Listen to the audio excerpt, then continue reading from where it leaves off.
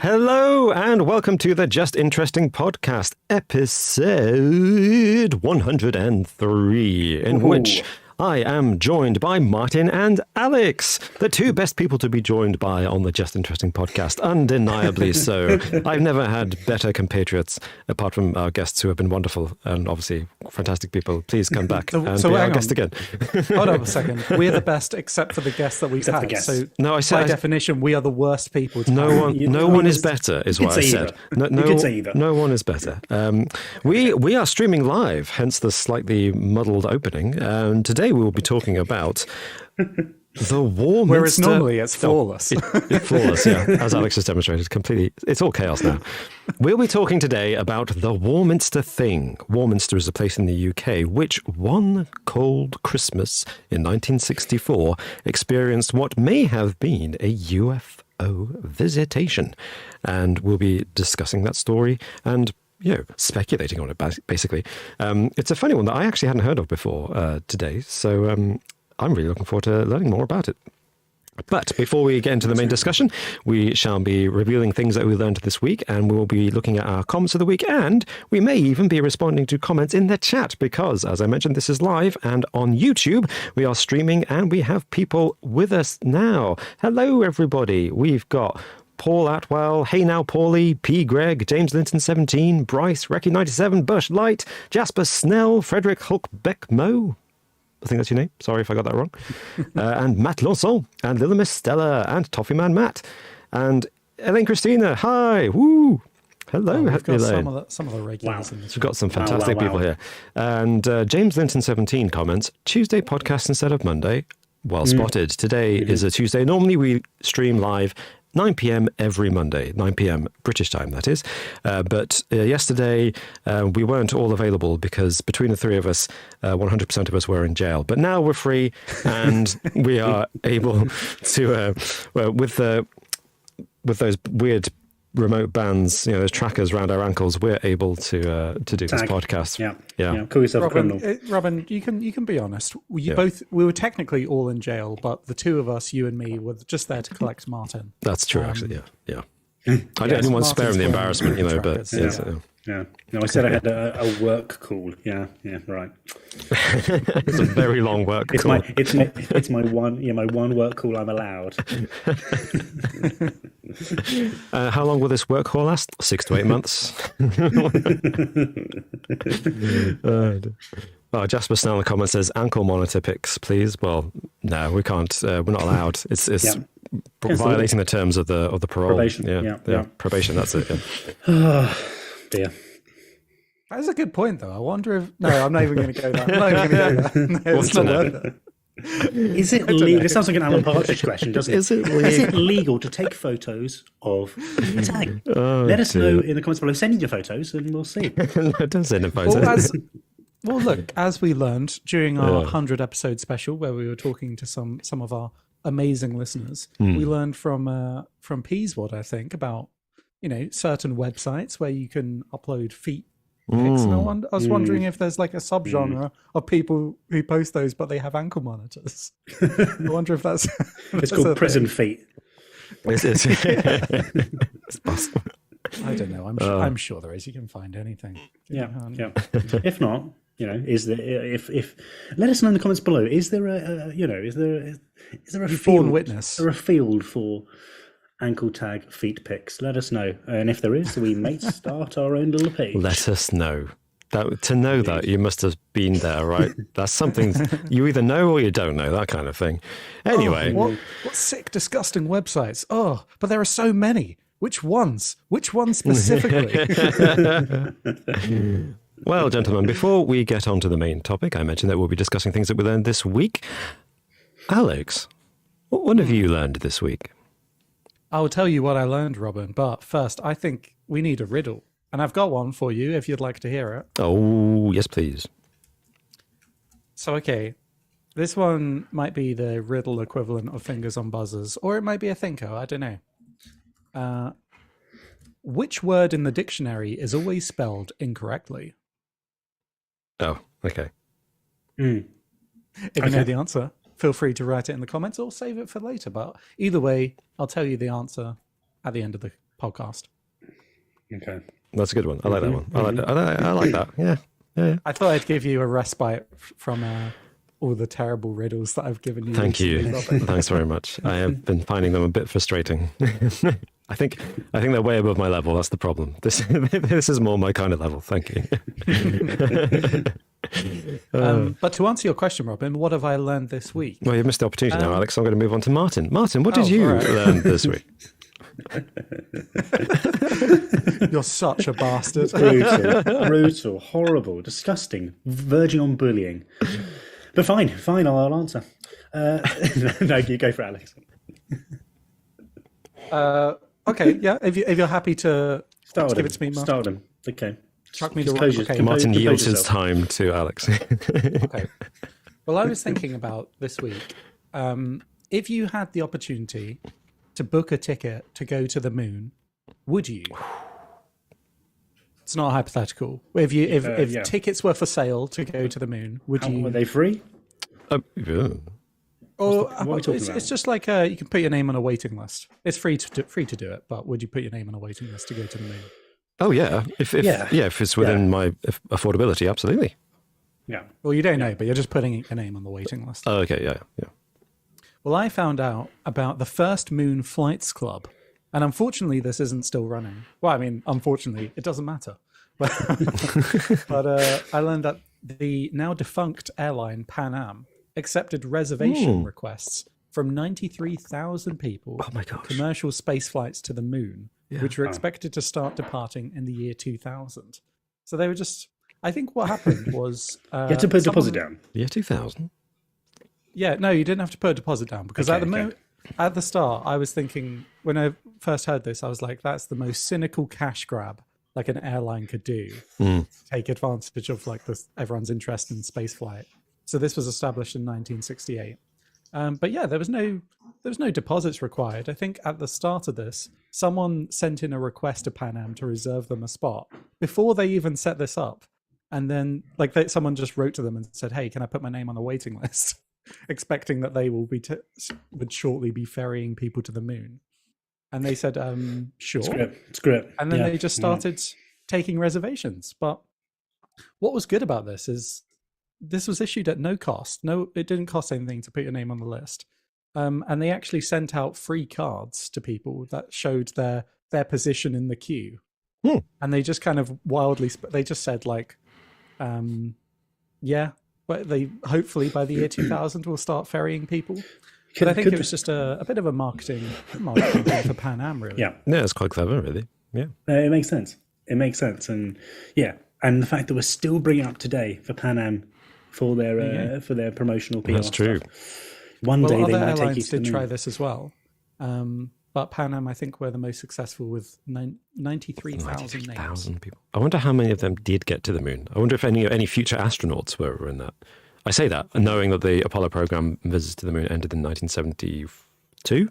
So actually, the answer to that is none got to the moon. Yeah, none of them.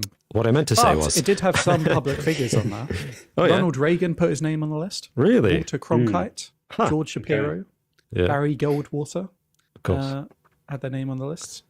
So, and as late as 1989, Pan Am maintained that the program was legitimate and that the memberships would eventually be redeemed. A spokeswoman called the program a little off-scheduled, but promised they were keeping the list in an archive and will put it out when airlines start regular service to the moon. I think that goes to show, doesn't it, just how optimistic people were back in the late 60s.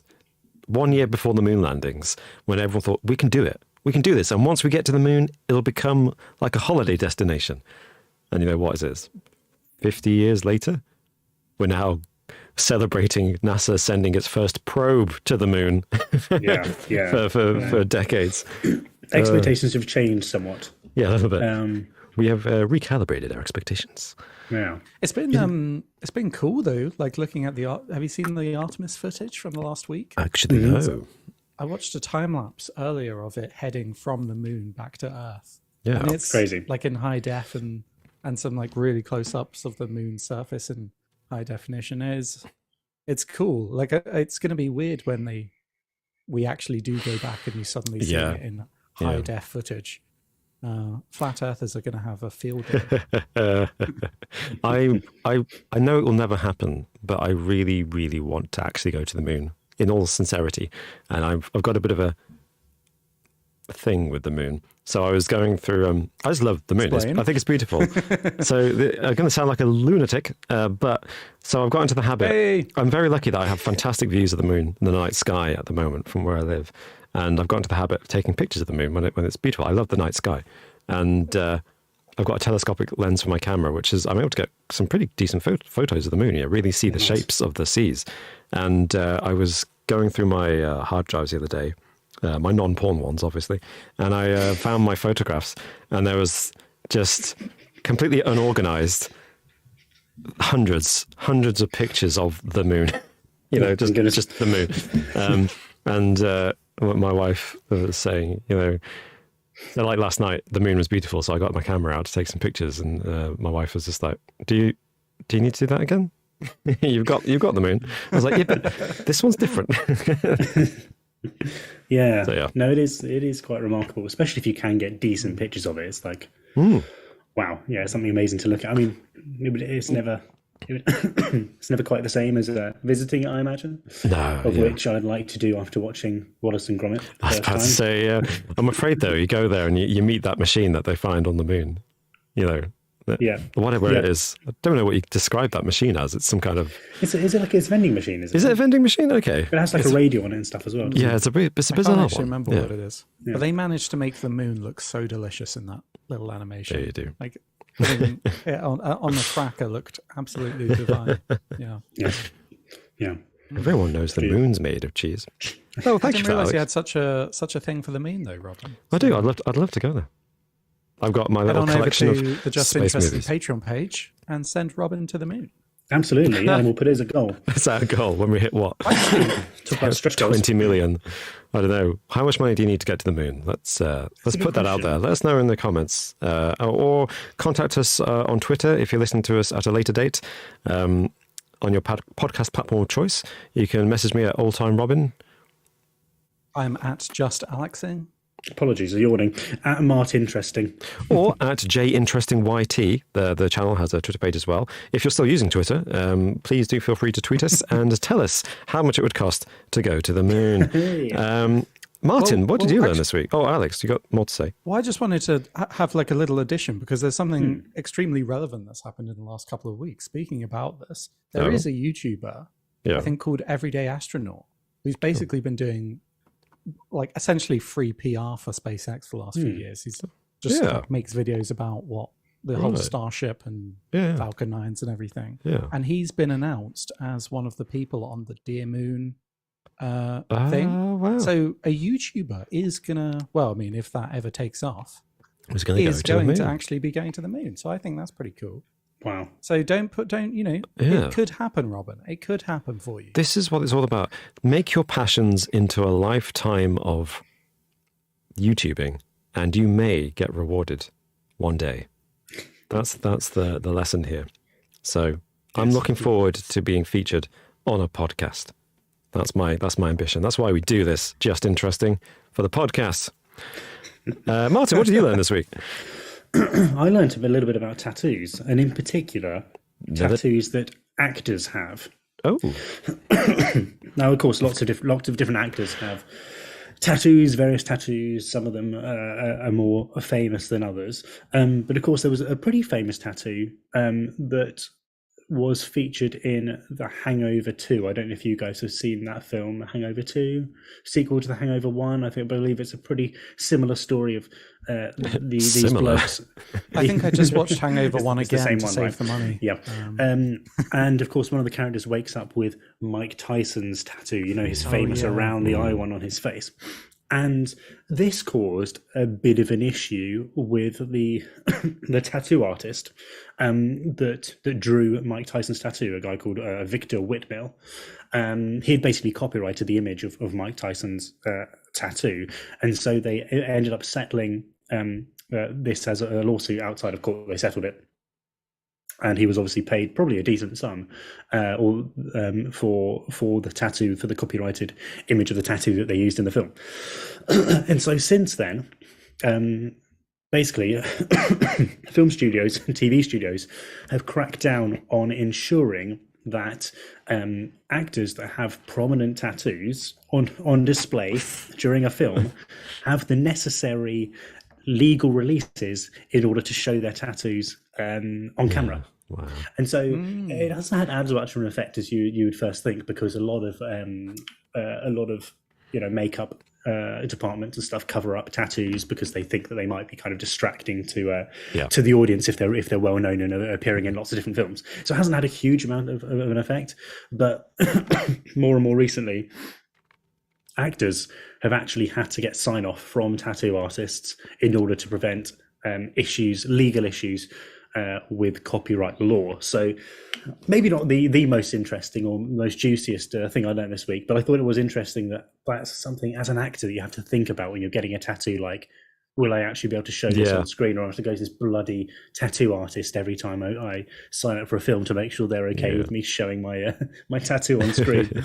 That is interesting, and it's one of those things. I'm sure once it's established, actors become familiar with it, and presumably tattoo artists become familiar with it too. So they kind of must get excited when an actor walks in and wants a tattoo, because they're like, "Ooh, here's my opportunity to get some royalties." Are you sure you don't want the Mike Tyson face tattoo? But also, absolutely sure. It's interesting how this became an issue based on a situation that was completely different, because Mike Tyson is not an actor, or primarily. And the actor who had the face tattoo in the film, he didn't actually have that tattoo. That was a kind of art direction decision or story necessity. Yeah, of course. Yeah, it's not a real tattoo. Yeah. So it's kind of a different situation. That's just like the film producers that took the brunt of that rather than the actors, I guess. Mm-hmm. Yeah.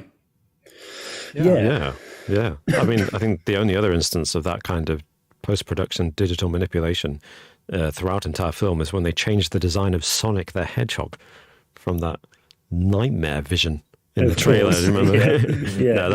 That's a joke.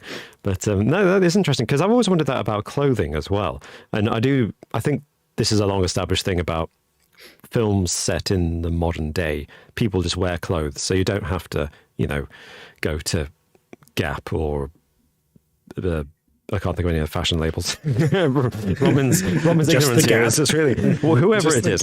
You don't have to get permission. I don't think that's the funniest one. That's the first one you thought of. It's because of Harry Potter. Because of Harry Potter. I know. Anyway, because do you remember in the third film they suddenly all started wearing Gap clothing, like all these supposedly dweebish kids who were wizards, by the way, who totally wear Muggle fashion, suddenly wearing Gap clothing. It was like, I don't remember that. Why do you know the clothing brand? It stood out to me at the time, Alex. It stood out at the time. By Gap. The Gap was very distinctive. Don't you remember? Oh, Alex. I don't know. No.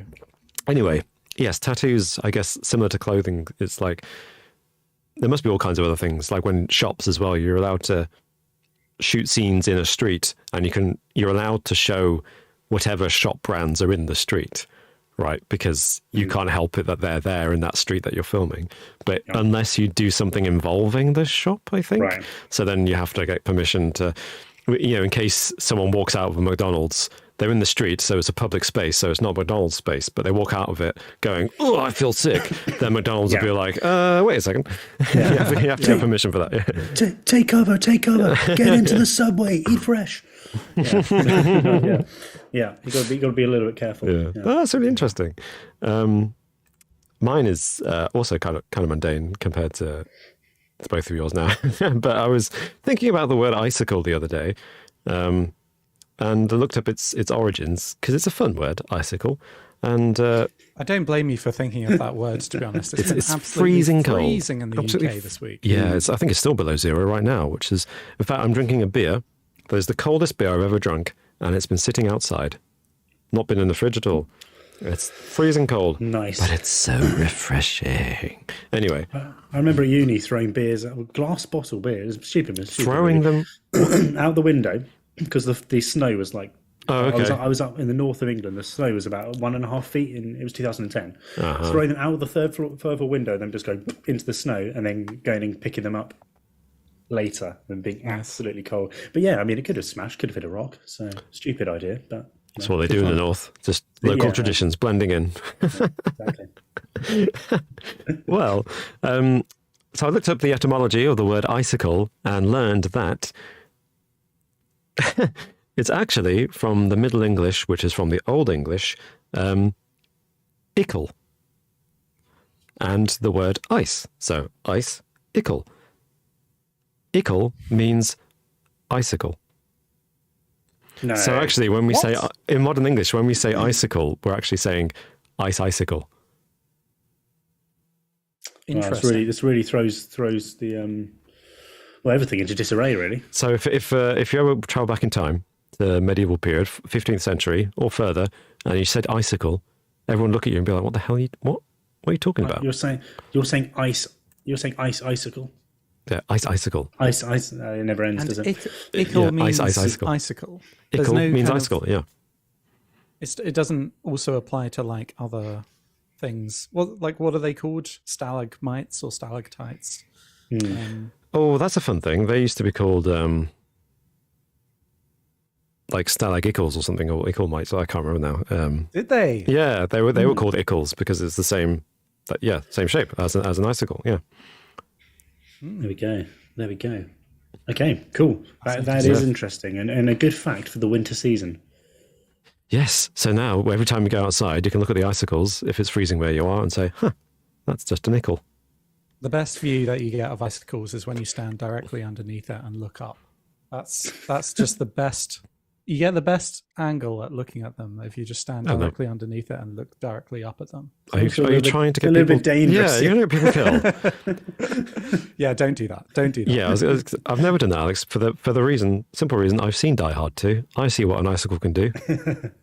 No, we were actually talking before this podcast started about the US office with my Dunder Mifflin mug. Sure enough. And that's how Michael Scott likes to look at icicles. Right. It's a reference to The Office. See. So don't do that in real life. Don't do that. Silly. Not worth it. Real life. It's not worth it. Well, any comments, lads, that you've seen in the last week or two that you'd like to respond to? Comments on videos or even podcast reviews that we may have had, or anything in the live chat right now? I've got a comment. Go for it, Alex. So this was from a couple of weeks ago in our Room 101 episode. And this is from Amy Licious. What I liked is, so I went on that massive rant and said what I was putting in Room 101. Which was everything, basically, for those who haven't listened to that episode. But I like this comment because it was from Amy Licious and she was just saying what she would put in Room 101. And I'd like to encourage others to say what they would put in Room 101 as well. So she says, in my Room 101, I would put books that keep repeating the title in the book. I hate that. Well, it's also in TV shows and stuff as well. You know when they say the title, it's like, when you play the Game of Thrones, you win or you die. It's like, no, you can't say it. Right, I see. It's title drops. It's in most films, just some are more ridiculous. There's normally, She says, houses with driveways, but still insist on parking their car on the road. Yeah. That's not a situation I face, but I could imagine that being annoying. Food not served on plates. I totally agree with this. Yeah. Sorry, how else do you serve food if not on the... just on the table? Yeah, you haven't been to any of these pretentious restaurants where they just serve it on like any random thing. Like a chopping board when they bring on the chopping board. To be fair, or a metal slate or something. If someone brings out a cheese board on a board, I'm fine with that. It's cool. Like it kind of serves a purpose. Eat the cheese on the board, do you? No, you take it off and put it onto a plate. Yeah, no, it's when they get like a giant novelty spoon that some kind of fish is. It's been a while, but there definitely was a phase where everywhere was pubs even, was serving their gourmet burgers on a chopping board with a tin of chips, or like a mini frying basket. Have you ever had that? Oh gosh, that was a pointless thing. Oh, man. Amy says, I don't want my gravy dinner served on a chopping board or a roof. And I think that's where the problems are. When it's like the dinner requires a sauce or has juice, and then the juice just runs off the flat surface. I'm pretty sure there's a subreddit for that.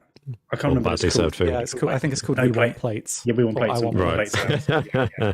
I love that. That's so good. But no, thank you, Amy. I think those are worthy additions to Room 101. And as I say, I'd like to invite anyone to say what would be their mild inconvenience that they'd love to shove in Room 101. Indeed. Well, I've got a comment from Alan Haff, and this is talking about George Orwell's 1984 when we spoke about it a few weeks back. And Alan says, it's quite a short comment, but he says, I read it in school in the 1970s and I thought it was fantasy. And then, of course, how we discussed it a couple of weeks back of so many of the issues raised in Orwell's 1984 being such clear mirror images of what we have today. It really does make you think, doesn't it? That even in the 1970s, what's that, 50 years ago, that this seemed like it was unimaginable. So that just made me think, times change, and it's a scary thought that something that seemed dystopian could actually come true in such a short space of time. Sorry. I was going to say, on a slightly unrelated note, it also made me think of like things that would seem impossible a few years ago that are very much plausible or that have happened. Oh man, yeah. Like the state of politics today. I know, It was particularly Trump, I guess. I mean, the Simpsons predicted it, but yeah. I mean, to be fair, it's not just in the US. It's the UK has become an absolute quagmire of rubbishness, and it's that classic thing of people like us on the sidelines, but more involved, perhaps activists, for decades, saying we need to reform the British system. So we work on the honour system basically. We have no written constitution. We have no hard and fast rules for how politicians should behave. We just have kind of guidelines and expectations, and a kind of like they expect people to behave honourably because it was founded centuries ago when gentlemen were gentlemen and behaved by a code. And after decades of these activists being dismissed and by politicians saying, oh, the system works fine, there's no need to write these rules. In the last few years, it's been like, oh my gosh, there are no rules, and they're just taking everything and running, and then it's just chaos. And that's and it's funny because going back to 1984 by George Orwell, that's one of those books, or works of fiction, I should say. It's not just books; it could be TV or film or theatre, where in hindsight, you wonder, maybe you shouldn't have written this, because are the wrong people reading this and looking at it like, that's a good idea? You don't look at it as an instruction manual rather than a warning. Yeah. Well, on a different note, because it's Christmas time, for our Patreon supporters and YouTube members, we recorded a video last week exclusive to them, talking about our favourite Christmas movies. And Rocket Summer commented on that post, saying, my favourite Christmas movie has always been Miracle on 34th Street for some reason. And on the other end of the spectrum, I really love the Santa Claus films. Oh, nice. Yeah, no, good. Good wholesome choices. Yeah. Is there multiple versions of Miracle on 34th Street? Because there's the one with Richard Attenborough. I remember that. That's right. Mara Wilson plays the little girl from the 1994, I want to say. And then the original was with Natalie Wood was the little girl. That's how she became famous. I don't think I've seen the original.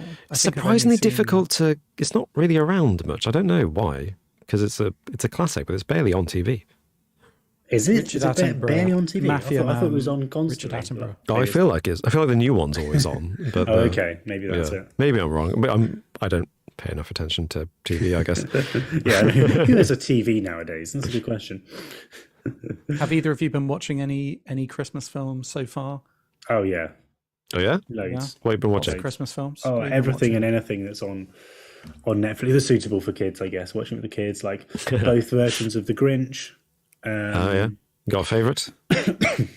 The newer one, the animated one from 2018, is it? Yeah. It's clearly a better film. It's a better film. Yeah. But Jim Carrey's performance as the Grinch, I just love. It's just over the top, ridiculous, and I've got a soft spot for it. So I would personally such go a for cursed film, though. I can't deal with the kind of the art direction in that It's film. so weird. It's super weird. That's one of those great examples of a filmmaker being like, I want to do this and make it feel like we're in a snow globe and everything's moving all the time. And like, yeah, that's exactly how we represent this with the camera turning like this and spinning like this and all these creepy makeups. It looks exactly right. And then you put it on screen, everyone's like, oh my gosh, this is just weird. Awful. You know, it's like, It's bring it back, mate. Bring it back. Yeah. It's basically the old version of the recent Cats film. I guess. Cats. So. Yeah, it's like it's as creepy as that. Basically, it's the same kind of vibes. Of no, it's odd. It's odd, but it the cat. Oh god, what's it? Dr. Seuss. It kind of fits. It fits the theme, doesn't it? It fits the genre quite well. Even if it's bad. In the comments, Matt Lanson has... people are suggesting that their favourite Christmas films, I guess. Matt Lanson has said, very underrated is Jack Frost with Michael Keaton. I actually haven't seen that, but you've reminded me that when I was a child, I was a massive fan of Batman with Michael Keaton. And I saw a poster, I don't know where, library, I guess, for Michael Keaton as Jack Frost. And then I looked in the TV magazine and saw One Christmas and saw that Jack Frost was on, surprisingly late at night. I said, oh, Dad, can we stay up and watch that? And he said, what is it? And I said, it's Michael Keaton as the snowman. He's like, oh, okay. So he said, so I stayed up and watched it and then get to the bit where, not realizing there's also this slasher horror called Jack Frost. Yeah. And the bit where this creepy snowman is basically sexually assaulting a woman and killing her in the shower. And I'm watching it like, where's Michael Keaton? And that was where your love of films began. That's brutal. It was. At what stage did you turn off? Did you just watch the rest of it? I think Dad turned it off after that. He was like, "We're not watching the rest of this, Robin." he wasn't watching with me. He walked out of the room, to leave me. Set me on the sofa, put it on, and left. And then came back during that, and it was like, "That's why I remember it, because that was the last thing I saw from the film, that scene." And he was like, "What? No." Yeah. It's so weird. So weird. It's such So. That's yes. No, answer to your question. Yeah, pretty much everything. To be honest, I've watched Home Alone. I've watched the British nativity films. I've seen. Oh, really? Oh, Snowman. I got kids, young kids. Do I've seen Klaus. Do they? yeah. Apparently so. If they do, I judge them. Martin. I've seen Muppets Christmas Carol about 4 or 5 times already this season. Oh, but that's good though. It's really good. It's great. Yeah. Nice. Awesome. Shall we move on to the main topic of today's episode, which is the Warminster Thing? Let's do it.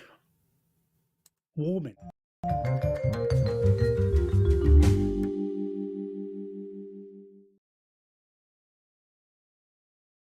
But just a thought from the scramble pinball machine of my head.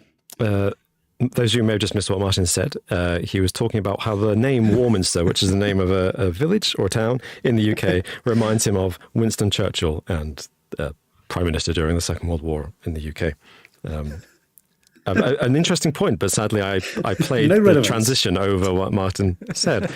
I was meant to be discussing that to you guys, but it probably slipped out at the end of the transition. I think people may have, hence a description needed that very much resembles Alan Partridge on one of his radio shows. It's very much. I had to make a second decision. Like, do I bother explaining this to people? I think that probably all they heard was Prime Minister transition, and then Martin saying not relevant, but just what it reminds me of. Where do you go? Where do you go from there? You explaining what Martin had just said, though, Robin, was very Alan Partridge. It really was. It really was. Okay. Well,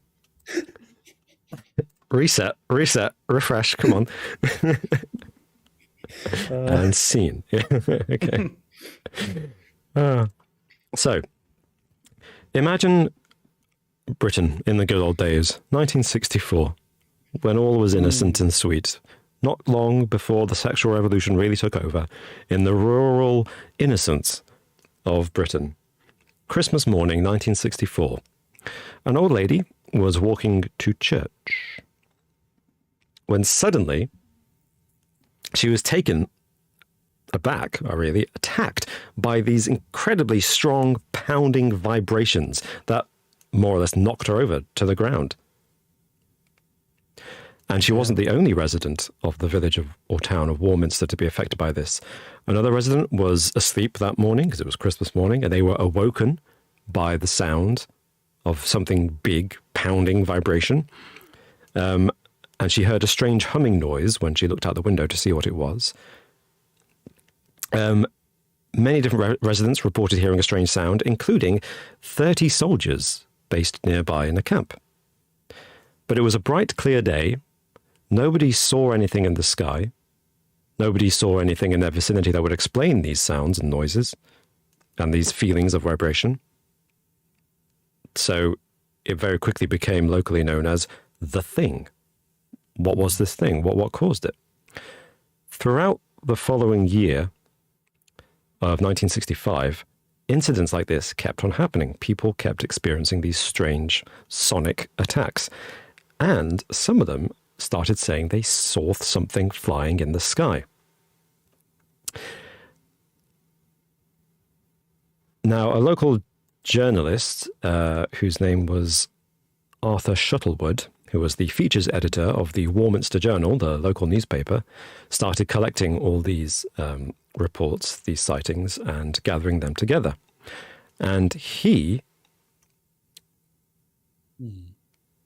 spoke to the vicar, who said that he saw something in the sky one time that looked like a cigar-shaped object in conjunction with these strange noises.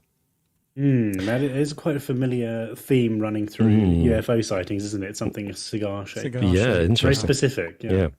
However, other people started to report seeing objects in the sky, and one of them, a man called George Faulkner, had a camera with him, and he took a photograph, which I shall put up on screen right now. So, Martin, Alex, if you can see the image on screen. Apologies to anyone listening to this podcast on a podcast platform of your choice. You do not get to see this image right now. But you get to hear Martin and Alex's reactions to it. I can't see it yet. It hasn't popped up yet, I don't think. But, I'm sure it will do with the lag. Oh, here we go. Oh, there we go. Yeah. So, well, that's more of a typical UFO, how you imagine it, isn't it? That's very typical UFO, isn't it? Yeah. It's not really the cigar shape. That's a saucer type thing. That's the Avro car. Yes. Oh. So, as you can see, anyone watching us, but we'll describe it to you briefly if you're listening to us. It's a very, very classically, very grainy black and white image of what looks like a classically shaped UFO, as Alex said. And interestingly, I don't think it looks fake. I don't know about you fellas, but it looks kind of real to me. It's really difficult to tell with this kind of picture, I think. I don't know. I honestly don't know what my opinions on that are. Yeah, it's so grainy. It could be anything, right? Yeah, it's so grainy. There's nothing in there to contextualize it really. I mean, it's absolutely classic UFO sighting of the time, right? It's a grainy, as you say, like that classic UFO sighting. It doesn't look cigar shaped as the description suggested. But yeah, as you said, there's not much context. It's just an image of it in the sky. But it doesn't look like it's necessarily been doctored at all, though. Like, it looks as legit as you get from photos from that era.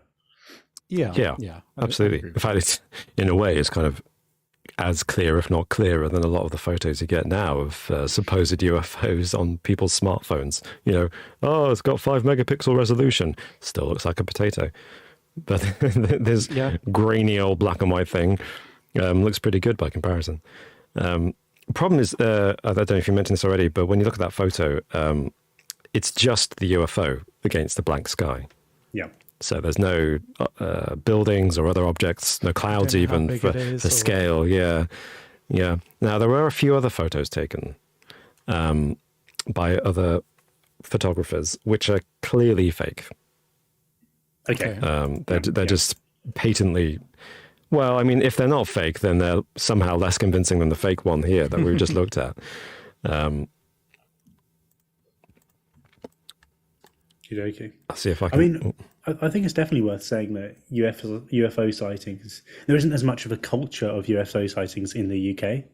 There, of course, there are various ones, and the most famous being Rendlesham Forest, which is known as the UK's Roswell. And so we do have UFO sightings, and there is obviously some enthusiasm for them, but there's less of a culture of, I think, of bandwagoning on UFO sightings in general. Probably right in saying there's probably more skepticism around it. I think as a nation we're fairly skeptical and sarcastic, and would shoot down people for producing fake images of UFOs anyway. So it's shoot down UFOs as well. It's worth contextualizing this sighting, both in terms of the time frame, the 1960s, and also the British attitude towards anything UFO related. Yeah, so here's another image which I think I'm going to influence your thinking here, but I think this is not real. It shows. That's a picture of a dog, Robin. Is that a family pet? Or... What? Yeah, I'm kidding. Okay, looks like an upside down spinning top. It does, doesn't it? It looks very much. Yeah, and someone's just put like a string, it hanging from a string in front of the camera, and then just exposed it massively so you can't see the string. Yeah. I think that's exactly what's happened, and possibly even not even on a string. Maybe they just, if it's an upside down spinning top, maybe they just threw it, in the air and snapped a photo at the same time. I think string is more plausible, but it's if you're listening to us, it's a picture of the very tip of a roof with a little chimney, and then a white blank sky, and then what definitely looks like a spinning top, as Martin said, flying in that sky. It's clearly not real. Yeah. It's difficult to see what it is. I mean, it's just, it's... Also, I don't know, what aliens are doing, but why would they make it that shape? Why would they do that? It's not aerodynamic. What's your motivation for doing that? What's the weird thing on top? Is that exactly, we're not meant to know. Yeah. Well, here's where the story starts to take on what could be a more cynical edge. These sightings continued, as I said, for a year until September 1965, when the local journalists started to report them. And then Gordon Faulkner was the photographer who gave him that photograph we discussed, which I think is interesting and quite compelling. And the Daily Mirror newspaper, a national newspaper, got hold of that. Suddenly the town of Warminster became a national sensation, and lots of people started flocking to the town to see the UFO for themselves. And then the sightings started to increase. And classic. Yeah. Arthur Shuttlewood, the local journalist, wrote a book about it. The BBC made a 1966 documentary about it called Pie in the Sky, which is fitting for the shape of the UFO. Yeah. That's a good name for it. Yeah, I like that. And then in 1971, a local man called Ken Rogers started a newsletter called the Warminster UFO, collating all the information that was known about the UFO.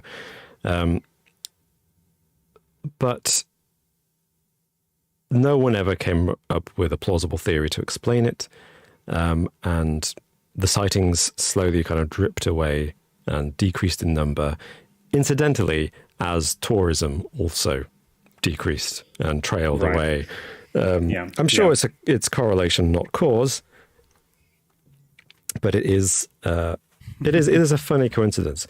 But what remains for me, what I find interesting, is there's still that bizarre incident on Christmas Day, 1964, where a woman was knocked over and felt pinned to the ground by some great sonic sensation. Multiple residents across the town experienced something that they described in a very similar way, including a group of soldiers stationed nearby. Yeah. Could it be like an earth tremor? Was it like a little mini earthquake or something? No evidence of a local earthquake happening. Seismic activities or anything? Yeah. Not known. I mean, the thing there is, of course, how in the UK, we don't have many earthquakes, so Exactly, would anybody really be looking for that? Seismologists, would they be in the vicinity of Warminster measuring seismic activity? Yeah, probably not. But there's a good question. I mean, one thing that I find interesting, I mentioned the vicar, is because personality aside, obviously everyone's an individual, I find it interesting that a man of the cloth would say, I saw something strange in the sky shaped like a cigar. Yeah. Yeah. And this is in 1965 and 4 again, where in the UK, the UFO sensation hadn't really taken off, so to speak. In America, UFO sightings were gathering speed, but in the UK, and I think it's hard to remember, like mass media, of course, did unify the cultures of the USA and the UK quite strongly since the Second World War in particular, but they weren't living in an age in 1964, particularly in a small town in the middle of the country side, where American culture can influence British culture in the same way. Yeah. So I think it's if it was, then it would be like the typical, I don't know, he would have just said the typical saucer shape. The fact that he said cigar shape is interesting. Yeah. Because that's like, at that point, that was kind of unusual, wasn't it? There was no massive famous Hollywood movie at that time with a cigar shaped UFO. That's true. It's very specific. It's a very specific way to describe an object. Yeah. Yeah, there's I think you said it, Martin, there's quite a few sightings which just describe famous ones that describe a cigar-shaped object. I mean, is it Shag Harbour in Canada? Was that a cigar-shaped object? I feel as well. It might well have been, actually. And then there's definitely a couple others we've discussed on this channel before, which are cigar-shaped. Lots of famous the weird, sightings. Mysterious cigar-shaped object that's just leaving the solar system now. That weird object, what is it called? Umama or something? Yeah, Umumu or something. Umuamua. Yes, the Hawaiian word. Yeah, that's a good point. Yeah, which may be a meteor or it may be something not extraterrestrial. Of course, it's extraterrestrial. It's a scouting spaceship. Yeah, gonna report back. Yeah, remarkable. So that's pretty much all there is to the little-known case of the Warminster UFO, which I hadn't heard of. And the most prominent person to have written about it is this journalist who published a book, and I think may have published several books. And he put forward a whole bunch of theories, but they were pretty much all, aliens. One of the things that stands out to me is the proximity of Warminster to Salisbury Plains and the military exercises that go on over there. Mm-hmm. So potentially, if you're thinking about the pounding that was heard and the rumbling and those kind of things, could that be attributed to military activity, military exercises potentially? That's a really good point, because we know I think to this day, Salisbury Plains still used for tank exercises, isn't it? For rumbling training, tank warfare. So why not also for experimental aircraft? On Christmas morning, though. Well, that's that's a good time to do it, because people aren't going to be paying attention to the skies. They're busy. In church or in bed. Yeah. I mean, they could. Oh, but actually, no. Surely that's the one day where they are looking at the skies. Oh no, because Santa's already been. They don't do it on Christmas Eve because a bunch of kids are looking up at the sky trying to see Santa. Christmas morning. Santa looks like a cigar. Yeah. I mean, maybe they could be two separate things, couldn't they? The kind of the rumbling and the pounding and that side of things, and then the seeing objects in the sky. I mean, I don't know what the air base is, or if there is an air base around there or any kind of air activity. But I think that the multiple reports of hearing things seems very different to the reports and sightings, because it seems like those two were separate, right? They didn't necessarily coincide, like the sightings and the sounds. Did you say, Robin, that the first thing that was heard was rumblings independent of this cigar-shaped sighting? Yes, the sighting happened later. Yeah, it was the first thing was just sounds. No one saw anything. Yeah. And like a physical sensation as well, like a vibration. Yeah. Maybe I'm being too rational. It was definitely aliens. Was it the vicar? Was he the first person to say that he'd seen something, or was it the pictures that came out first? That's a good. The pictures came later. Okay. Yeah. I'll just check when the vicar actually made his claim. It's definitely an interesting one. Its proximity to a military base, though, would lead me to that's naturally what I think that the military involvement would possibly be the cause. I mean, and that was the same with Rendlesham Forest as well, right? It was near the military base. Yeah. It was on the military base. Well, yeah, exactly. But that one was definitely about the trio of lights that could be seen through the forest. Two former military bases. But in fairness to that, more visual. Isn't Rendlesham it was the soldiers themselves that were like seeing it? So it wasn't like they were doing training exercises because they were concerned about what these lights were. Yeah, and it was a night as well. Some of the sightings in Rendlesham. So yeah, a different scenario for sure, but interesting that these often happen near military bases, and it does suggest that there's got to be some kind of link there, right? Between the aliens are researching our technical capabilities. They want to know our defense capabilities. Yeah, that's exactly it. In the live chat, we've got one of our viewers, Matt Lanson, or Lanson. Sorry, Matt, if I'm mispronouncing your surname. Mentions having. Are you describing a UFO sighting that you had, Matt? When you were on sentry duty at 3 a.m. near a lake, you saw 2 lights in the sky that then became 3, and you couldn't see a reflection of them in the lake. Interesting. That's interesting. Wow. And then he also elaborates that military exercises do take place over Christmas. Good knowledge. Oh, well, there you go. Yeah. Fair enough. Interesting, Matt. Yeah, no. Let us know more about that. We'd be interested to know if you're happy to give us some more details about where it was, and it might be confidential, but it'd be interesting to know exactly. We want names and addresses, Matt. We want names. And faces. Exactly. Maybe. We want pictures as well. I'm sure you took dozens and dozens of high quality photo and video footage. Alexander Spencer in the chat asks, was it underground nuclear tests? Did Britain do those? I'm going to say officially that's impossible because we've never done any underground nuclear tests in Britain. I mean, it's possible, I guess, that they would have done it completely secretly. It's underground nuclear tests, like blowing up a nuclear bomb underground. Is that right? Yeah, that's what North Korea does. They test the bombs underground. Yeah, that sounds like a pretty terrible, quite an easy way to start an earthquake, I imagine. Yeah. I believe I want to say that Britain's never officially done nuclear tests of its own because all of our warheads are basically American ones. So the Americans do all the testing, in the Pacific Atoll, and then we just take the technology and trust that they work. So when we open up our nuclear bombs, it's just tins of baked beans. Yeah. Got them. No one even checked to see what was in this. It's American. We assumed it was they just handed it over and said, whatever you do, don't open that. It's full of radiation and bad things. Don't do it. Yeah. But it does work. I promise you it works. Promise. Yeah. Right. So, gents, if I had to compel you at gunpoint to make a decision to call it Warminster UFO, real or not?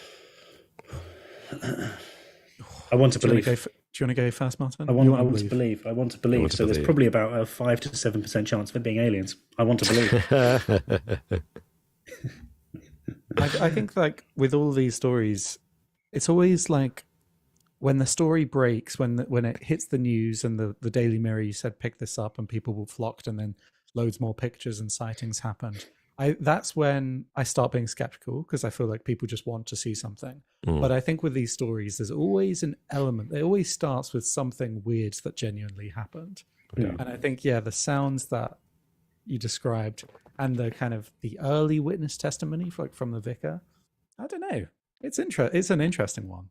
I'm gonna go with Martin. I want to believe. Yeah. Well, Rec 97 says UFO real, alien no. Which I think, there's a huge differentiation between those two, isn't there? And I can understand that. I mean, that's why the US military has now adopted the term unidentified aerial phenomena, isn't it? To distance itself from UFO, which has now become so attached to the concept of aliens that they want to identify unidentified aircraft in a way that's removed from aliens. I think, unfortunately, by saying, this is now our new term for UFO. Everybody's just, connecting it to aliens anyway. It doesn't roll off the tongue as well. I don't know why. UAE, yeah. United Arab Emirates? UAP? It's a little bit, yeah. I should have thought about that. Also, harder to say because UFologist is easy to say, right? Yes. UAPologist? No. Okay.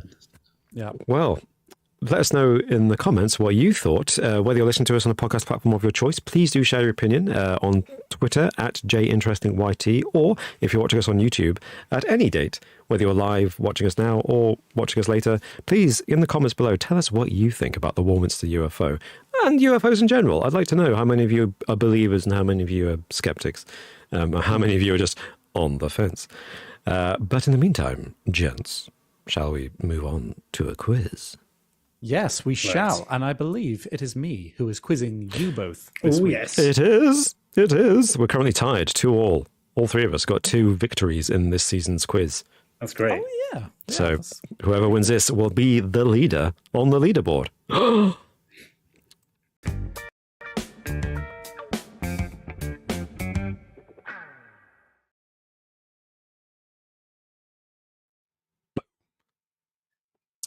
Gentlemen, welcome to the quiz. Do you have your buzzers ready? Ooh, yeah. Need my buzzer. So I take that as a no. Gentlemen, I may got I my remind buzzer. you that we are a live podcast. My buzzer is ready, Alex. I've got a buzzer right here. Robin, may I hear your buzzer, por favor? It's hopefully a familiar one. Oh. I think that was Martin's buzzer. Apologies. That's incredibly misleading in a podcast, Martin. Vincent Price played on the 60s show Egghead. Yeah, I think I want to have a go at Egghead. Yeah. Nice. Nicolas Cage. Nicolas Cage. Excellent stuff. That's and great. Martin, what have you gone for this week? I've gone for something slightly different, but I did see the fairly new Nick Cage film, Oh, great. Unbearable Weight of Massive Talent, which I thought was ridiculous and quite fun. Oh, I need to watch that. Yeah, I that was still good. haven't seen that, yeah. Has Nick Cage made a Christmas movie? How? He must have. He's been in everything. National Treasure. Does that say at Christmas? That's not say Christmas, is it? No, it's not. It's not in any way. Nicolas Cage needs to I make just wanted a to say Christmas it with movie. such confidence. Trapped in Paradise is a 1994 American Christmas-themed crime comedy film written and directed by George Gallo and starring Nicolas Cage. Oh, there you go. He's done it. There we go. How is and that The Family not Man. better known? Family Man's a Family Christmas Man, movie. apparently. Oh, gosh. There we I go. remember that being a terrible movie. I don't remember it being a Christmas movie. Is it a Christmas movie? I'm not even sure. Question now, number am I? 1. Has Nicolas Cage ever made a Christmas film, true or false? Damn it! Okay. Oh, My Martin, buzzer. what Yeah, is your my buzzer? Yeah, here we go.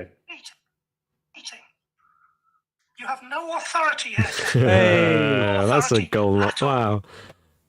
It's Oh, been that's a an while. amazing one. Yeah, no authority here, man. Jackie Weaver. Anyone who's not from the UK just has no idea what that is. It's that's a so town good. council meeting that got out of hand. It's incredible. Slightly It's out of I think I watched that an unhealthy amount of times, and every time I watch it, something new in it is I find really funny. Yeah. Anyway, I'm not gonna bore anyone by talking more about that video, but just go and watch it if you haven't seen it already. Just type in Jackie Weaver. Jackie Weaver. Anyways, fellas, as always, you know how this works by now. Yep. There's 10 questions plus a bonus question. I will say there's a caveat to this quiz, which is some of these answers may be fingers on buzzers because they may have come up in our 100 episode special. I had some spare questions that didn't get answered, but there's a chance like a couple of the questions may have slipped through the net and I may have asked them in that quiz. Okay, understood. So this could be I'm quizzing your retention as well. Okay. As always, press if you'd on. like to take part in the quiz in the chat, feel free to. I'll be paying attention to the chat and making a note of the top 3 people to write the correct answer in the comments. So get your answers in quickly and you'll get a point. It's the honor system, though. I'm not going to be able to remember everyone's point scores, I'm afraid. But yeah, keep a tally and let us know what you got at the end of the quiz. Question number 1. Are you both ready? No. Indeed. Discovered Tutankhamun's tomb. Oh, sorry, Alex. I think we lost your signal there for a moment. Yeah, Could you say that question again? Oh, I'm very sorry. Which British archaeologist discovered Tutankhamun's tomb? Surprise played on the 60s No show. authority here, Egghead. Jackie. Yeah, I think No I want authority. Martin, I'm sorry. I think I heard Robin's Yeah. one first. Sorry, Martin.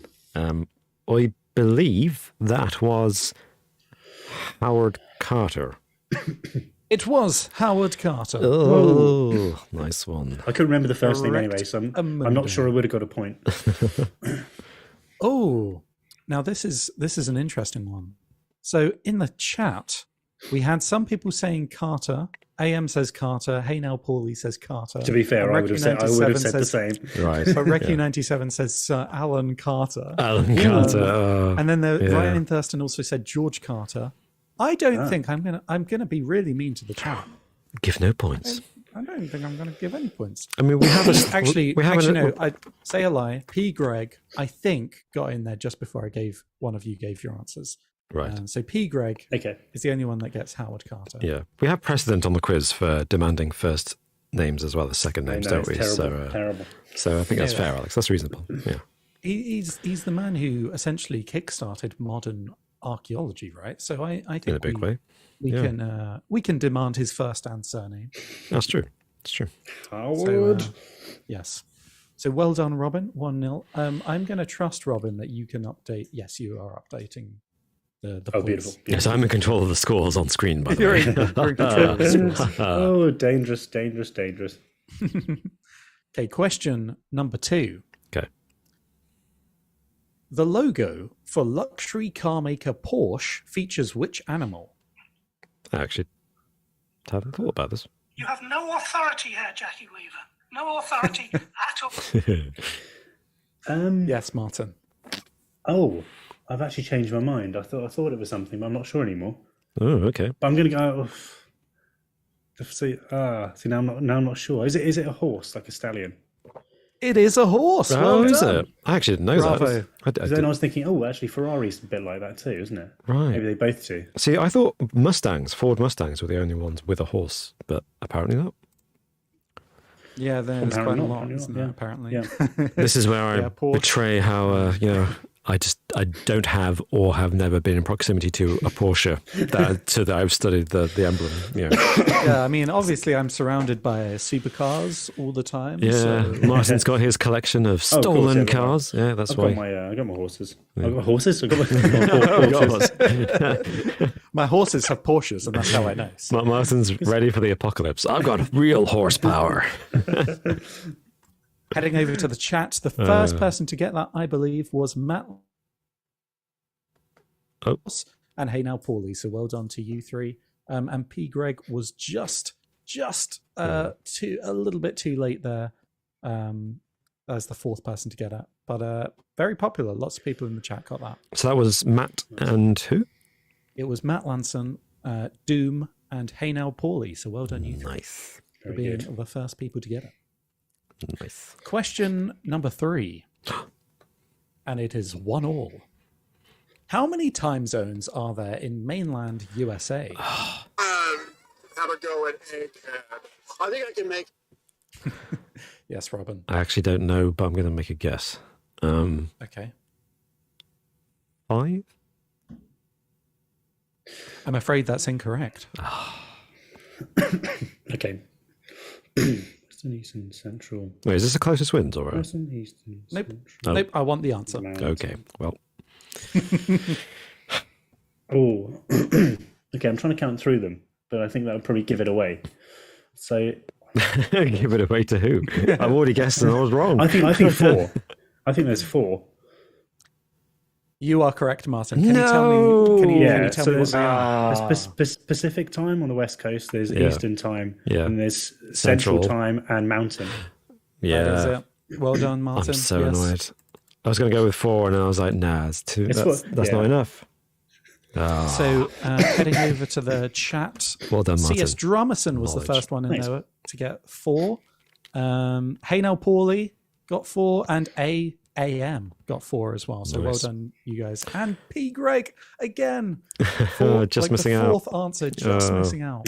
Unlucky. I mean, Martin should know because he's just returned from the Republican rallies for Donald Trump. Florida, yeah. Oh, mate, the journey back was horrible. Not because You were in of the- custody, Marty. So yeah, I expect it was. I was probed. No, like coming from 28, 29 degrees. So I walked on the day before I came back. I was just walking on the beach in shorts. Wow. We stopped off and went to the beach for like an hour or two, That's and then coming mad. back and it's minus 4 degrees. So, horrible. Oh my god. That's such a shock. How did you? Oh wow. Yeah. It Imagine was early in packing- it was early in the for that morning. as as well. Well, I didn't bring a coat out because I was like, I don't want to lug around a coat. Of course, yeah. You didn't need it in sweltering Florida. Which is probably why I'm coughing now. It's a But winter there we go. cold. Mm. Yeah.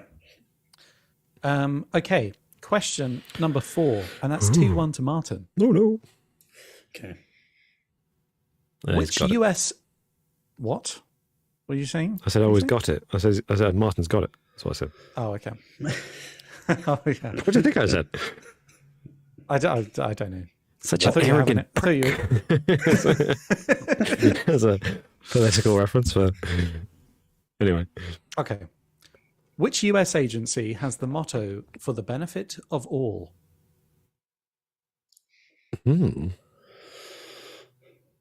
I mean, I would hope all of them, but No I don't authority know. here, Jackie Weaver. No authority at all. Yes, Martin. Let's go for the Central Intelligence Agency. Believe it or not, it is not the CIA. I'm afraid, no. For the benefit That'd be too of generous. all. Oh, benefit of all. Which US agency has the motto "For the benefit of all"?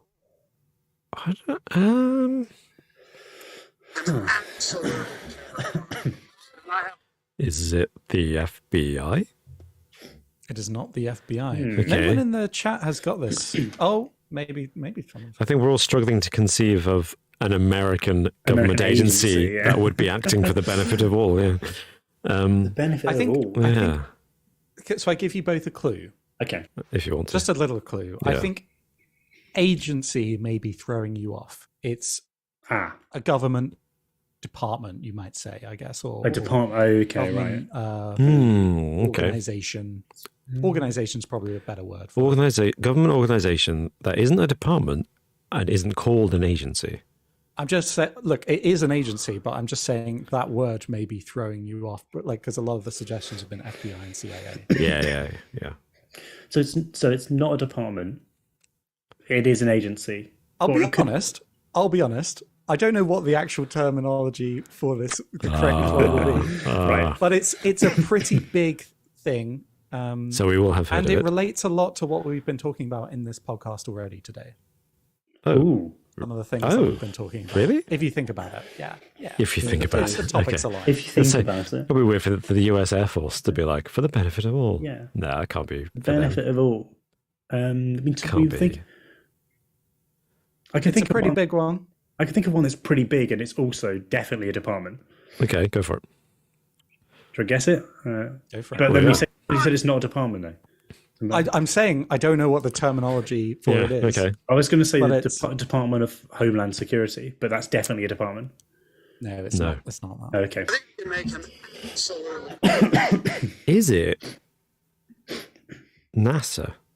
It's NASA. Yes, thank you. Oh, nice. Amazing. Oh, yeah. I was That's definitely an thinking agency. like, have I been misleading? Because this seems like No. it's quite an obvious one in my head, but Yeah, we popped in literally as Martin, as you said, Homeland Security, and then my brain just went, oh, wait a second, space. Space agency. Yeah. Yeah. yeah.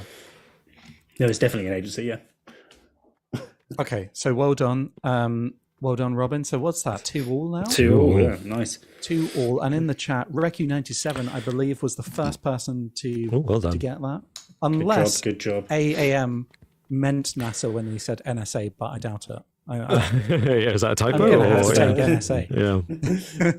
NSA. And CS Drummerson said NASA, and Doom Nice. said, oh no, well, Doom had already guessed CIA. No, FBI, sorry. Right. But they said, oh, I bet it's NASA. Colin Reed was nice. the next person to guess NASA. So Recu97, C.S. Drummerson, and Colin Reed all get the correct answer as the first 3 people to get it. What is it? Is it National Aeronautics and Space Administration? Is that what it stands for? You're not getting a bonus point, Robin. No, it's a question. Is that what it Sounds stands for? about right. That sounds right. Yeah. Okay. Yeah. Okay, so question number 5. Changing gears ever so slightly. What is the name of Donald Duck's girlfriend? Someone who can remove people. That was Martin. Yeah, he got that. Martin was Just straight on on it. Yeah. No, this is definitely a retention one, but I can't actually remember. Was it Daisy? Did this come up? Daisy Yeah, it's Duck? Daisy. Yeah. Yeah. It's Daisy I think Duck. this may have I come think up this one did actually. come Yeah. up. Yeah. But yeah, well done. Straight in there. Straight into Daisy Duck. That's how Martin likes it. Well, don't ducks. They have like those corkscrew penises, don't they? Yeah. Would you like some They're foie very- gras? Yeah. They're quite rapey, aren't they, ducks? A little bit. Yeah. See, Cool. this is demonstrating the problem of doing an interesting facts podcast for several years. It must be we're just terrible dinner party guests, aren't we? silence at the table, and you're just like, yeah, ducks have corkscrew penises. Yeah. They're quite rapey. Someone brings in a big roasted duck, freshly plucked and stuffed and everything. Just like, I wonder if that was raped. Interesting fact. Or a rapist. Corkscrew penises. It's when we're sat with each other at the dinner table, it's like, does anyone want to know a fact about a duck? And one just goes, yeah, no, they're really rapey, aren't they? That's what I was going to say, yeah. Yeah. Do you want to know a fact about a duck? Is it about corkscrew penises? Yeah. Yeah. Never mind. Pigs are corkscrew penises too, aren't they? That's what they got. The right? corkscrew. Okay. I think their tails match their penises, or the other way around. I'm not sure which came first. Well, I know which one came first, but I don't know which one appeared first. Okay, moving There we on. go. We're saying Here a we go. lot of things Into the this weeds. evening. I like it. Well, we were talking about raping. As in, we were talking about Whoa, ducks that are rapey. ducks. We weren't talking about. Sorry, everyone, that came out wrong. Just to remind everyone, that question was, what is the name of Donald Duck's girlfriend? Wow. Descended into anarchy. So going over to the chat, the first people to get the answer correct there was, oh no, Doom said Daffy. No, not quite correct. I mean, that C.S. would be very forward thinking for the time, wouldn't it? Yeah. C.S. Drummerson said Daisy. Hey now, Paulie, Daisy. Or they actually said Dorsey, but I believe that is a typo. And Matt Lanson got Daisy as well. So well done, you 3. And commiserations, everyone else. There was quite a lot of people that said Daisy Duck as well. Yeah, Disco so well Duck. done, well done, everyone, but in particular, well done, you 3. Disco duck. Sorry. Are you quite done, Robin? Maybe. Question number 6. Okay. And that is 3-2 to Martin. Yeah. Inigo Montoya is a character from which 1980s? I think I can make him absolutely terrifying. Damn it. Straight in there. Yeah. Go for it, Robin. I believe that is The Princess Bride. That is The Princess Bride. Well Yeah. done. My name is Inigo Montoya. You killed my father. Prepare to die. 1987 Rob Reiner film was the end of that question. Who was the first people to get that in the chat? Hey now, Paulie, C.S. Drummerson, you 2, I believe. Whenever there's answers going, it's always you 2 at the top. And I'm Ryan certainly Thurston ahead. got Princess Bride. I think they're probably winning. I think they're winning at the moment, yeah. Do you reckon they're in a syndicate? Almost certainly. Collating their points. It's together. Tom Cruise chasing them down as we speak. Okay, so that's 3-all as we go on to question 7. That's close. Gosh, yeah, it's going to be a tight one. Which Shakespearean actor directed the first Thor movie? Oh, And I have a concept for egg. So let them. I misheard your question at first. Well, I'll tell you in a moment. That would be Kenneth Branagh. Actually, Robin, I believe I need a Sir Kenneth. Oh, Branagh. come. No, I'll give you that one. That's fine. Thank you. Thank you very much. Kenneth Branagh, yeah. Yeah. Would you have got that one, Martin? No, definitely not. Oh, No, no. you've seen it though, right? Or have you? No, I haven't. No. Haven't seen the Marvel movies? Oh, it's the first. Was it the first Thor film? Yeah. Yeah, I didn't know. I have seen it, actually. I didn't know it was directed by Kenneth Branagh. Though. So Yeah, I think I think that's quite an interesting fact. Like Kenneth Branagh directed. Yeah, he was quite a striking choice at the time. time. Yeah, he's. I don't think he's a very good director, but that's beside the point. I misheard a question there, Alex. I heard which Shakespearean actor directed the first 4 movies, and I was like, "What? Oh, the first 4 films ever? What are you talking? What? How are we supposed to know that?" Yeah, no, that's fair enough. Yeah, no, I like Kenneth Branagh as an actor. Like, he's really good, but I did not rate that film very highly. And I love Marvel films. But yeah. Also, it seems to be getting a bit of a renaissance. Like, people seems in last couple of years, people seem to be kind of holding the first Thor movie up as like one of the best Marvel movies. I'm like, what planet are you from? Where? It's really not very good. Yeah. No, in fact, controversial opinion. Well, I'd say that probably 80% of Marvel movies aren't very good. Maybe that's more controversial. Do you know what? I'd actually I would disagree, but I get you on that because I totally get that. I'd say 80% aren't very good. Yeah. So they can, as in like in the traditional. So I think they're fine. Yeah. But they're kind of like 5 or 6 out of 10 movies. Yeah. Like 78% of them, and then there's a few that are just terrible, and then there are a few that are really good. Yeah. But most of them are kind of they're okay. They're fine. I think I'm not sure I would even go that far. I might even stick my neck out and say that there isn't an MCU movie that is bad. I think they're all at least. I mean, there's a couple that I'm happy never to watch again, but I would say that they're at least fine, all of them. And then a couple of them are better than fine, and a few of them are genuinely good, and 1 or 2 are great, but most of them are just very bland. Kind of, it's a brand, you know. It's like Mackie D's for the second time to come up in this podcast. You go to McDonald's, you know what you're going to get, and it's not great quality, but it's worth the price. I think it is remarkable how consistent they are when you compare like how many films there have been over such a short period of time. Most consistent franchise in history. Franchises. Absolutely amazing. Kind of it's really, I don't know how they do it. It's absolutely amazing. I mean, some aren't very good and some are better than average, but like, I agree with you, Robin. Like, oh, thank you. But maybe there's 1 or 2 in there that are absolute total duds. But which one was remarkably like? Was it? Oh goodness, I'm trying to think of which one it was now. Was it? It's Age of Ultron that was a bit shit. The second Avengers film. Yeah, most people didn't like that. That was. Man, I struggled to get through it. That was like the first. That was the first kind of manufactured movie for me. That was the first Marvel movie where it felt like a product, because it was clearly Joss Whedon doing his best to work through a checklist of things that he'd been given to do, and it was like, if anyone else had done this would have been an absolute, mess. This would have been absolutely awful. As it was kind of just shrug. Yeah. Do you know what I mean? Like getting Da Vinci to paint. I'm not saying Joss Whedon's as good as Da Vinci, but I mean, you're like, I need my toilet painting, and you get Da Vinci. It's like, well, it's undeniably a good job, but it's still just a toilet, you know? Right? Yeah. Anyway, sorry. Yeah. No, we'll derail this slightly, but I did try and work my way through them and got up to, I think, was it Ant-Man and the Wasp? I've seen a few after that. Oh yeah, the second one. Yeah. I got up to. And then I was like, oh, screw this. And actually, I don't really enjoy many of these films. I enjoyed the second Doctor Strange movie. I'm not sure if it counts as the second Doctor Strange movie, because it's like the 5th one he's appeared in. But the one that came, Multiverse of Madness. I enjoyed that. But that was kind of the first one that was objectively not great, but in a way more fun because of it. Like, that was like a... Right.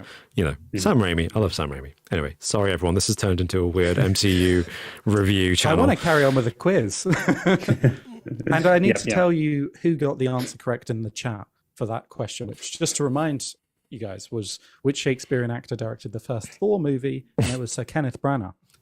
And the answers, so I'm going to give it to them, but because I get like what they were going for. But Stephen Jules Rubin said Kun Banag. What?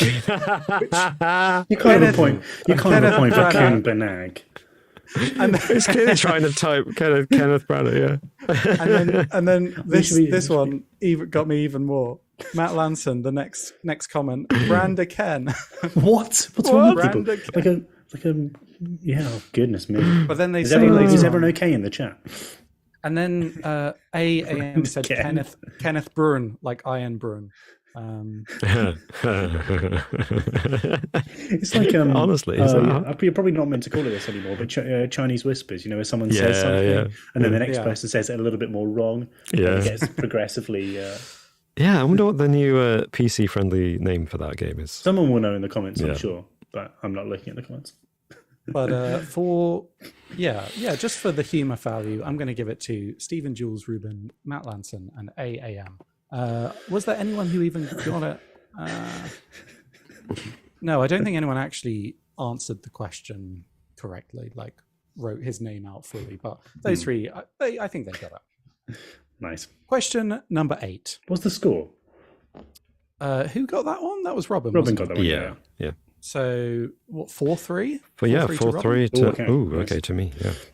Oh, I'm running out of time here.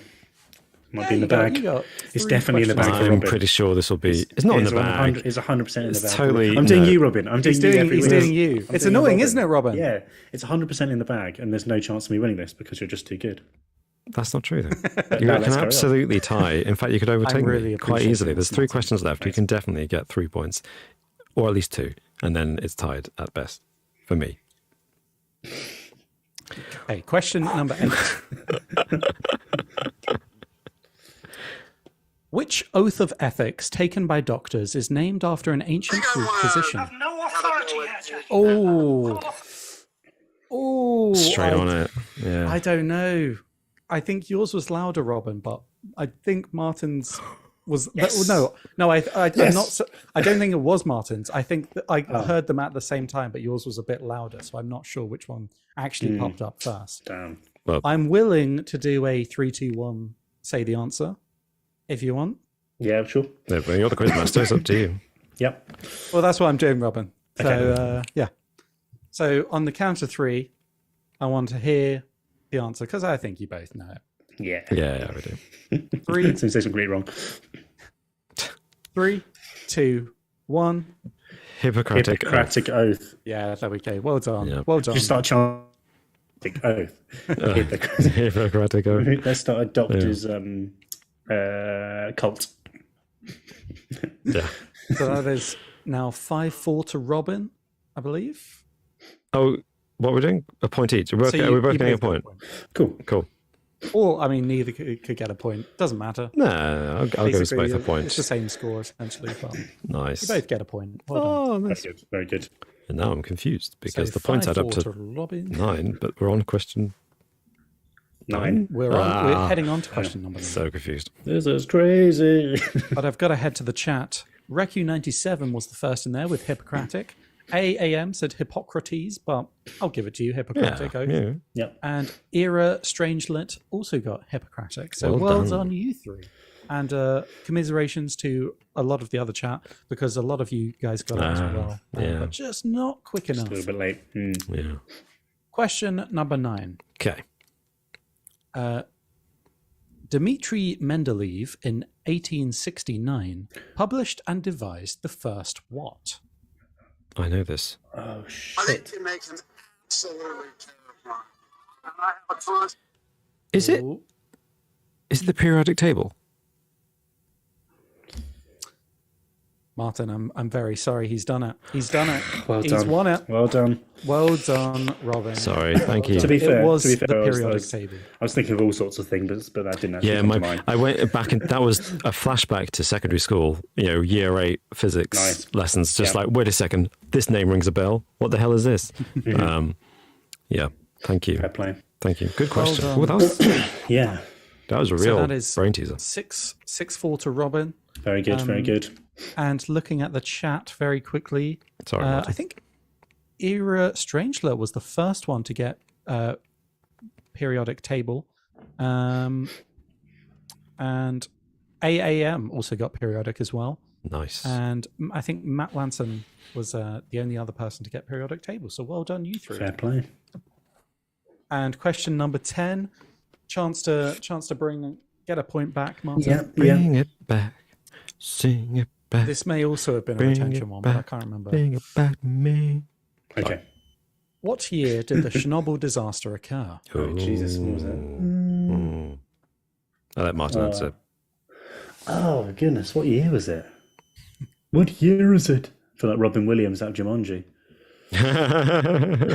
Are you saying that, Robin? I'll let Martin answer. Is in a kind Was of it? like because I obviously He didn't know the mean to answer, be but I'm gonna patronising or I'm condescending, going but to let yeah. Martin answer the question. What was it, like the mid-80s, was it? I don't know, Martin. what I'll was- accept closest wins on this one. How about Like that? 19... I don't know, like 1980... I could just go bang in the middle of the 80s, 1980... Yeah, let's do that, 1985. Okay. Okay. Would you care for a I guess? can't remember. I haven't seen Chernobyl, the TV show, so Yeah, it's not fresh in my mind. I thought it was 1986. It might well be. He's done it again, Martin. He's Oh, snuck in I'm there. sorry. It's 1986. Don't Well apologise. done. Don't apologise. Are I you said, happy That's now, kind of Robin? mean. Like, No, I I said stole you- that from me. No, I said you'd win. So, in fact, if anything, I was right. Oh, so you have the moral victory. You have the real- high the real- ground. the real win winner in here. the most Yeah. minor way possible. I mean, but in another very real way, Robin wins, Martin. Yeah, So- I mean, if we... Yeah. except yeah. if Martin has the high ground, we know that I can't win. It's useless. He has the high ground. Just having a look at the comments, I believe Sergey got 1986, and a few other people said 1984. But no, I believe Sergey was the only other person to get 1986. So well done. Sweet. And would you guys like the bonus question? Yeah, let's do it. Okay. Another closest wins.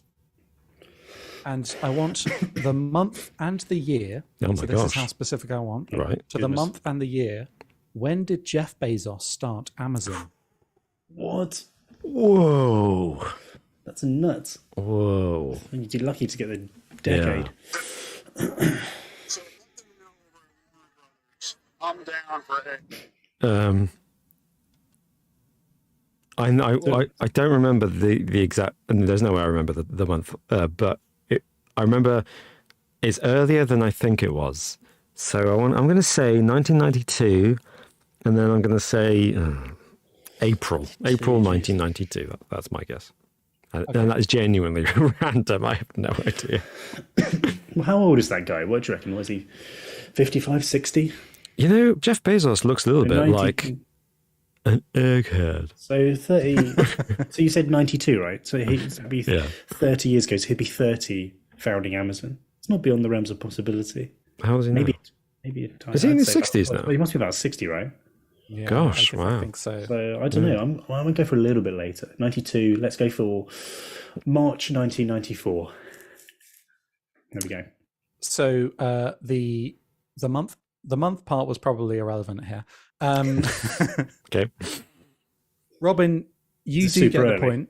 Oh, You do get the point, 1982 or something. and you were correct in your assumption that it was earlier than you thought, and it was way earlier than you even guessed. It was really? July 1984. Was when he Jeez. first Whoa, started Amazon. really? Yeah, Which that's is a long, crazy. long time away. Because obviously he started it as an internet company selling books, didn't he?